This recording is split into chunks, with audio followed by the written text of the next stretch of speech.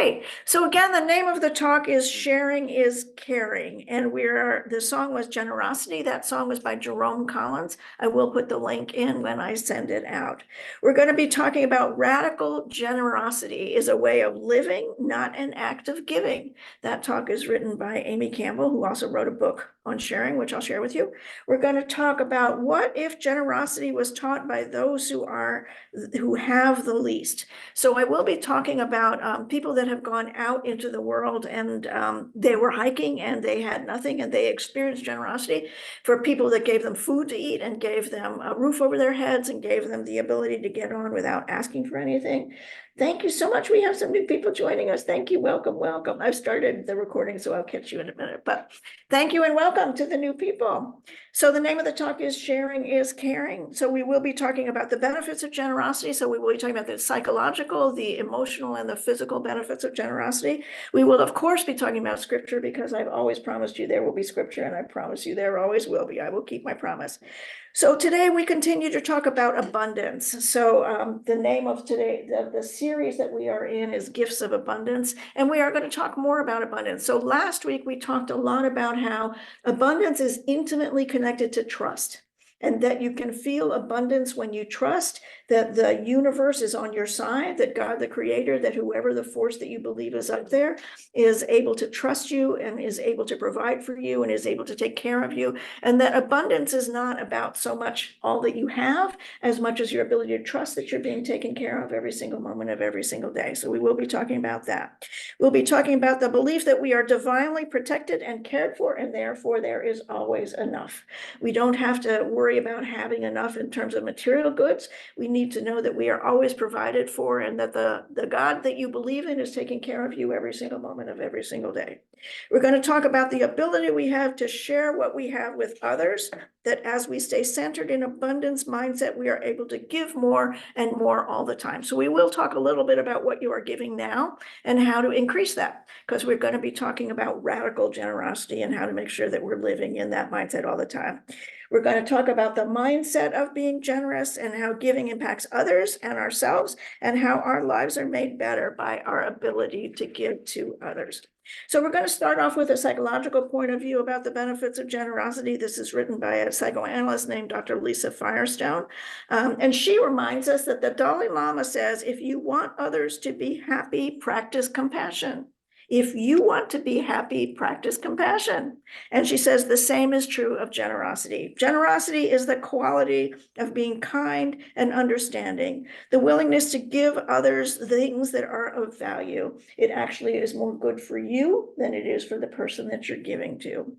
Generosity has been proven to reduce stress. It supports physical health. It enhances one's sense of purpose. It gives you the ability to fight depression. It has been shown to increase one's lifespan. It promotes social connection and improved relationships.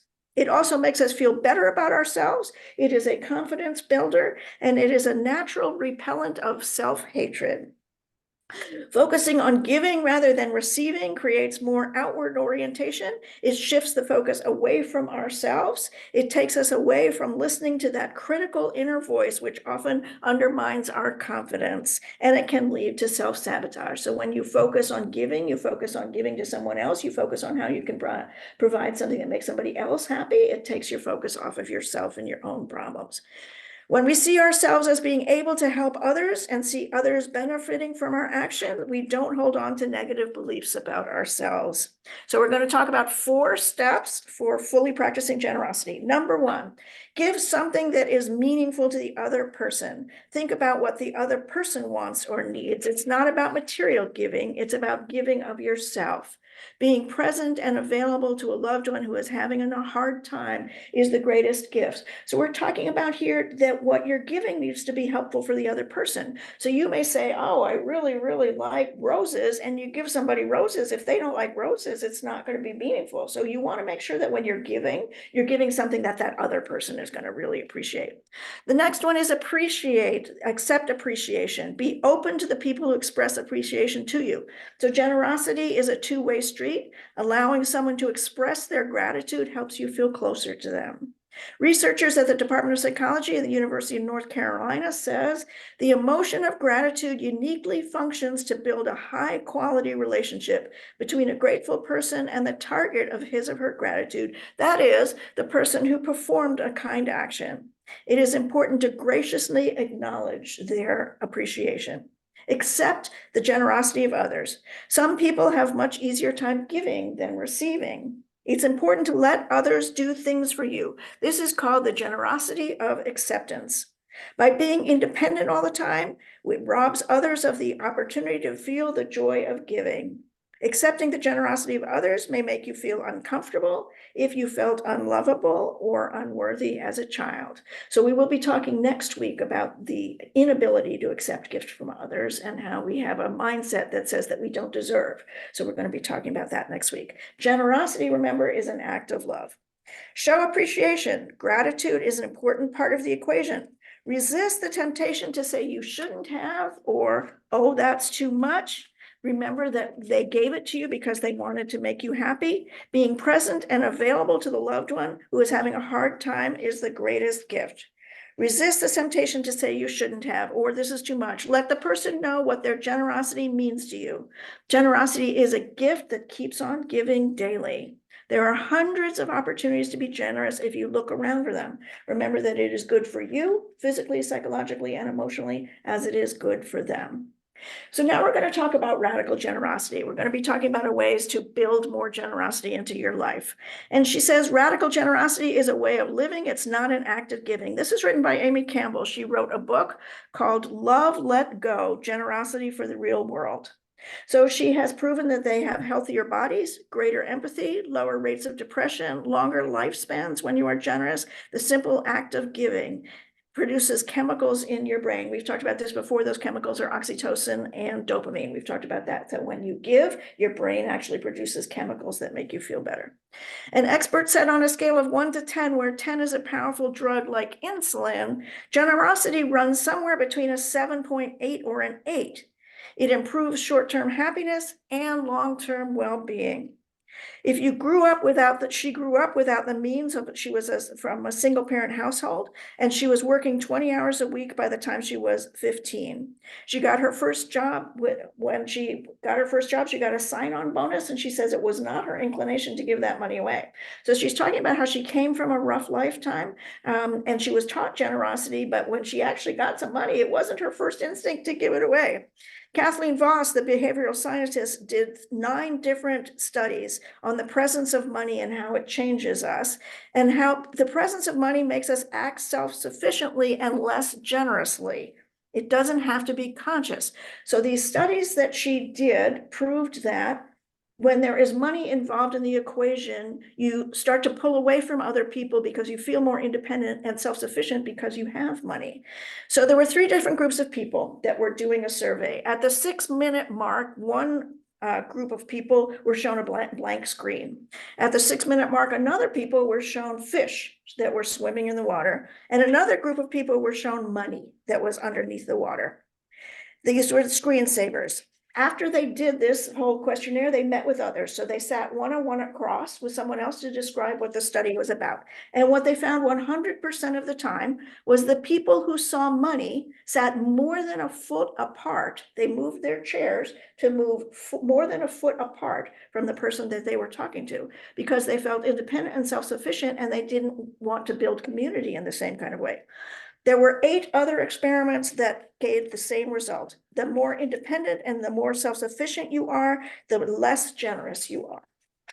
So she talks about her first trip to Tanzania. She said, I understood what radical generosity was. She went to meet the 4-year-old girl that she and her husband had been sponsoring, and she was precious, she said, but it was the mother who made the big difference to her. The mother's name was Nusaro, and she said she changed her whole perspective on radical generosity. Nusaro was the same age as she was. This is in Africa.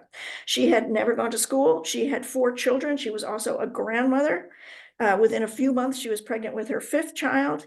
She daily walked miles just to fetch water to bring to her children.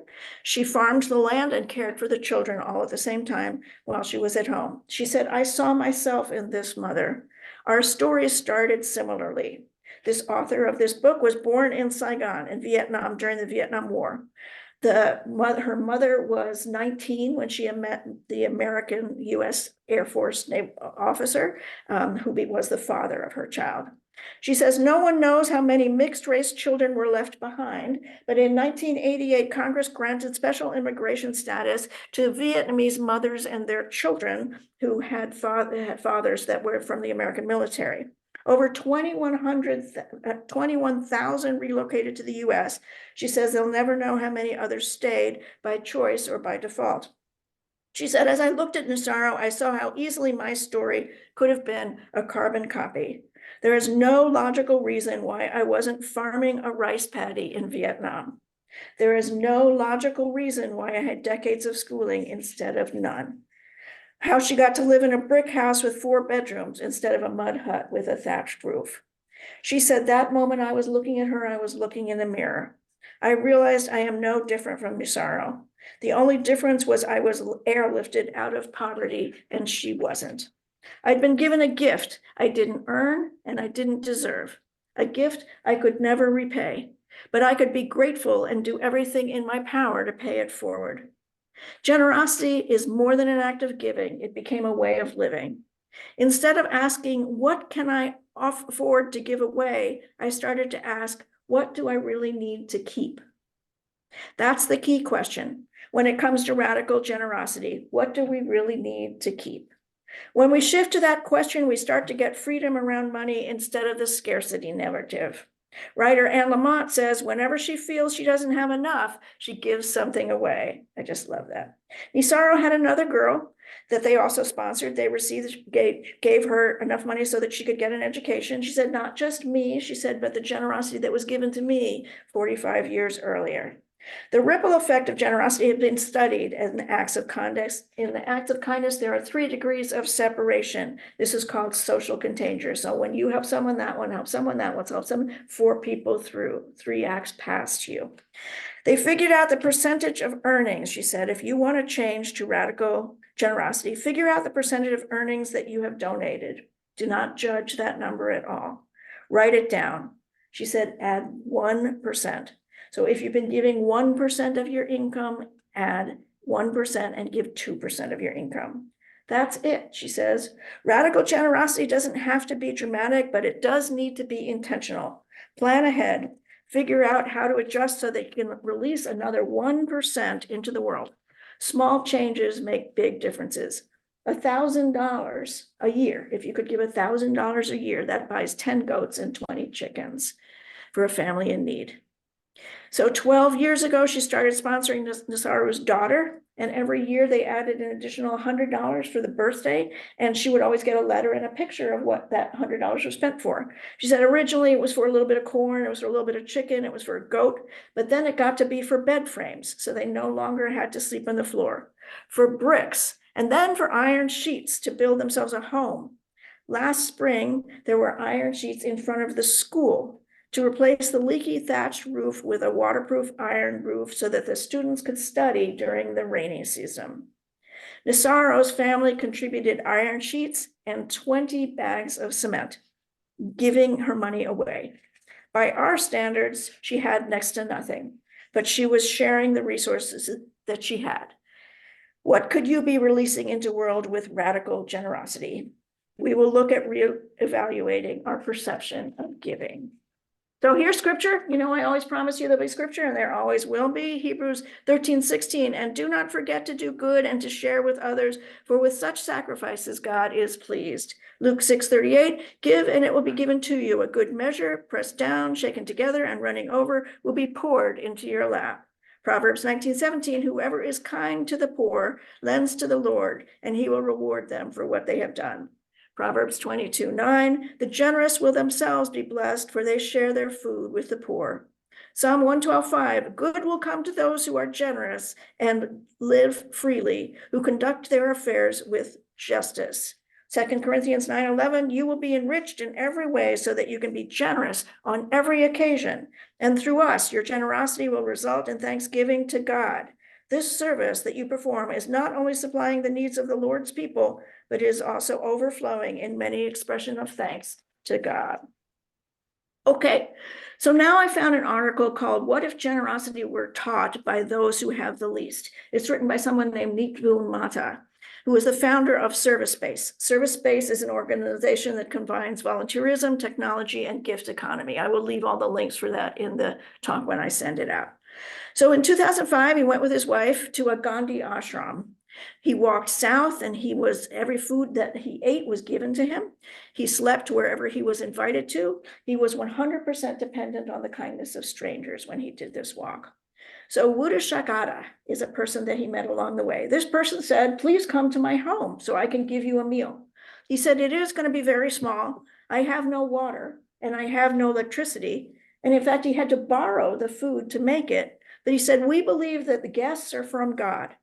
If you come, you will bless us with your presence. So all along the way, people with very little were reaching out in tremendous ways. There was a fruit vendor who gave them fruit, a barber who said your hair needs cutting, a grandma who gave water, which she had to walk 4 hours to get. One of the most common myths is that you have to have something to give something.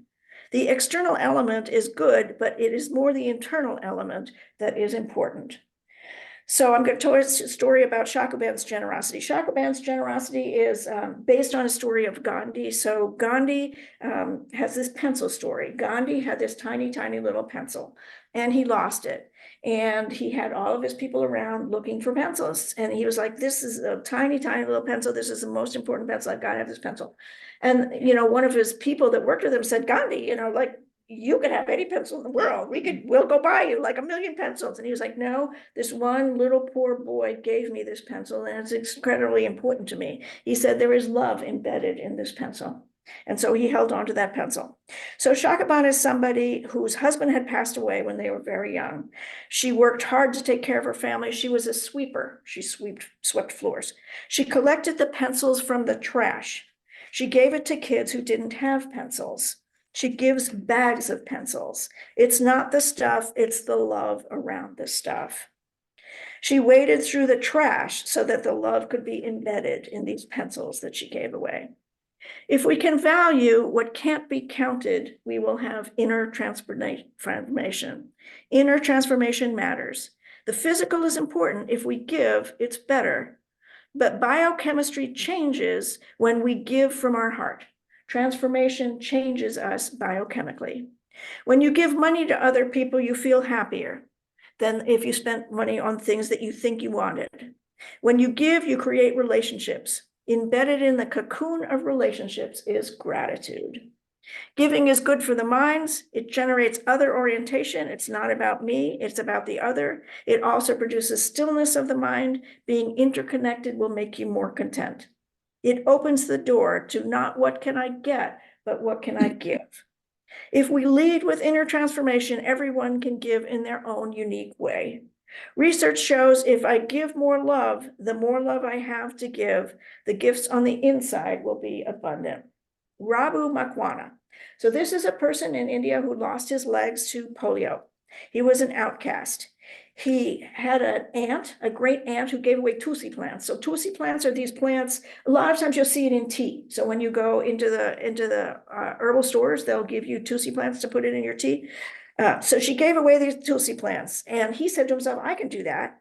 So everyone knew him because he walked with his elbows, right? Because his legs didn't work. So everybody knew him. He was around the neighborhood all the time. And he said he would show up at people's houses when he knew there was violence or when there was abuse going on. So he would show up at these houses and he would give them a plant. And a plant, this tulsi plant, is considered to be spiritual.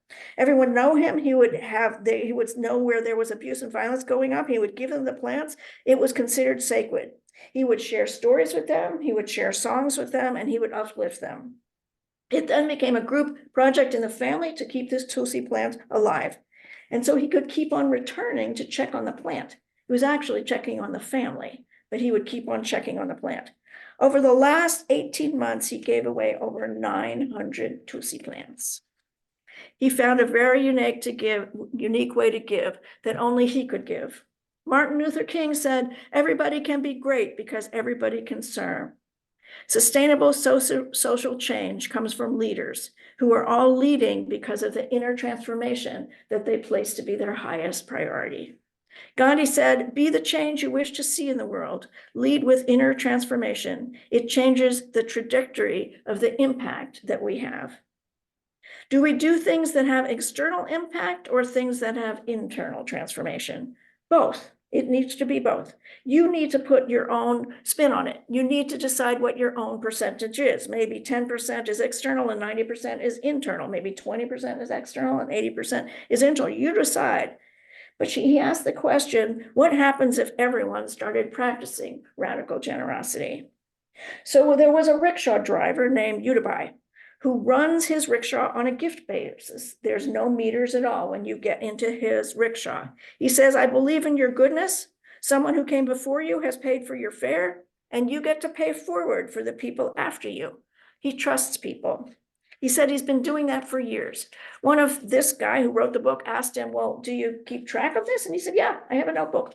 So he showed the notebook and he said, it all averages out. Some people give a lot of money. Some people give hardly any money, but it averages out. He said, "I have another notebook that I ask people how they felt, how they connect with empathy with those who came before them that paid for them and those who came after them, that empathy that comes from connecting with people. People are moved to tears when they get in his rickshaw. They go home and they talk about it. It shows that small acts of generosity start to build connections between large amounts of people. If everyone's generosity gets connected, we shift from transaction to trust, and we will build a gift culture. We trust that people will respond to generosity. So Service-Based, the organization that he started, is online and in person. He has a website where he puts up only good news. He says nobody ever puts up good news because it doesn't sell. He says, but we're not trying to sell anything. So we have this website, which is only good news, so that people can go there to get uplifted. He talks about a gift economy that he wanted to start. He talks about small act of kindness cards. He said, do an act of kindness and leave the card behind. Tell the person that they have to pass it on and do some kindness for someone else. He has a restaurant called Karma Kitchen, where you walk in and your meal check is zero. Someone before you paid for the meal, and you are trusted to pay for someone who comes after you. Shakaban teaches us if we value what can't be counted, inner transformation will happen. Raghu teaches us if we lead with inner transformation, everyone will give in their own unique way. Udai teaches us if everyone's generosity gets connected, we can rebuild a gift culture. Mamu was a sweeper, another person who cleaned. He was a groundskeeper. He takes care of all of the animals on the grounds where he works. He gives away half of his salary to take care of all of the animals that are in the shelters that are in the town where he lives. Half of his salary. Martin Luther King said, everyone can be great because everyone can serve. You only need a heart full of grace, and you only need a soul that is generated by love. So here's what I know. We are still in the series called Gifts of Abundance. We talked last week about how abundance is intimately connected with trust. How abundance is not only related to what you have, but to a profound, deep belief that you are being taken care of and that you will always have enough. We talked a few weeks ago about tithing, the practice of giving to some organization a tenth of your earnings, which helps most people think of tithing when they think of the church. But I'm not talking about the church. In the beginning of church life, it was about feeding the hungry. It was about giving food and shelter and clothing to those who couldn't take care of themselves. It was about helping the sick, about widows and children. There was no church. It hadn't been built yet. It was about giving back. Those were people, our neighbors, who needed help. Later, it was about giving to church so that they could provide schools and hospitals and orphanages. We talked about how God loves a cheerful giver and how God will give back to those who give generously. Today, we connect the two thoughts about how we are taught to be givers by all faiths. Every single one teaches us the value of giving, and about the concept from last week about trusting that we will always be taken care of and we will always have enough. The Tao of abundance is all about allowing life to unfold and trusting that the energy, God, who created you, is in charge of all of the details. The Tao of abundance is the talk that I gave last week. It has been recorded, so I can send you all the link for it for those of you who haven't seen it. You can't give if you have a scarcity mentality.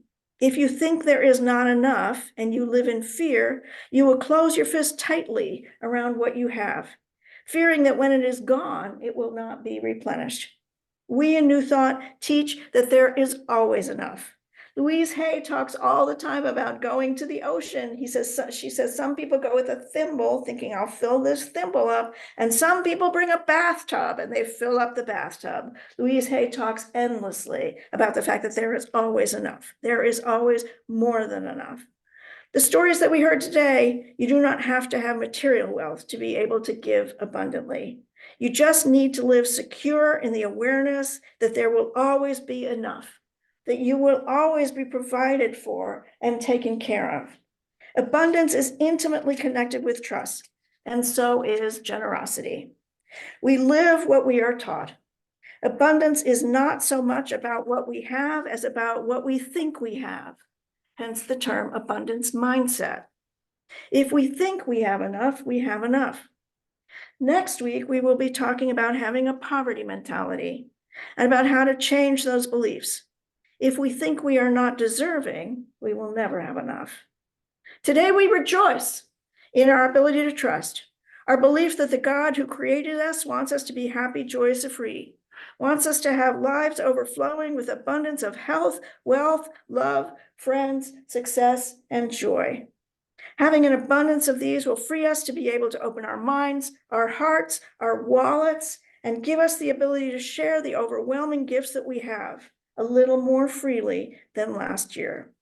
As we stay grounded in awareness that God's love is overflowing, as we stay centered in the truth that we are able to give generously, sharing the abundance we already have, and as we know that sharing is caring.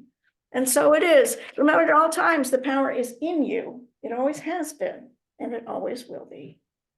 Thank you.